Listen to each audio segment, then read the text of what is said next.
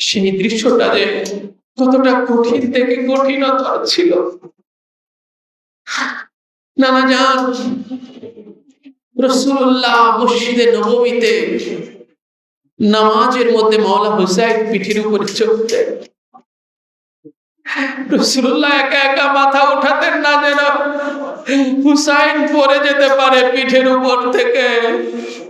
হুসাইন যতক্ষণ না নেমেছেন, রাসূলুল্লাহ সিজদা থেকে মাথা উঠান না।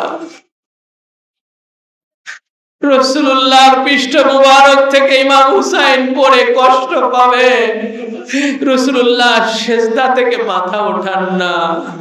আজ সেই হুসাইন ঘোড়ার উপর থেকে পড়ে যায়। সেই দৃশ্যটা যে কত কঠিন ছিল।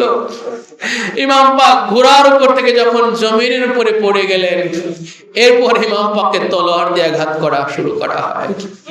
ঘোড়ার উপর থেকে পড়ে যাওয়ার পরে সৈন্যরা যখন ইমাম পাকের কাছাকাছি চলে আসে, এরপর ওনার উপরে তলোয়ার দিয়ে আঘাত করা হয়।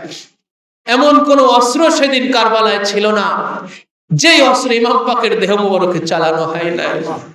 যত রকমের অস্ত্র ওরা কারবালাতে নিয়ে এসেছিল, সমস্ত অস্ত্র সেদিন ইমাম পাকের দেহ মুবারকে চালিয়েছে। শেষ পর্যন্ত আখিরি হালাত, আখিরি অবস্থানে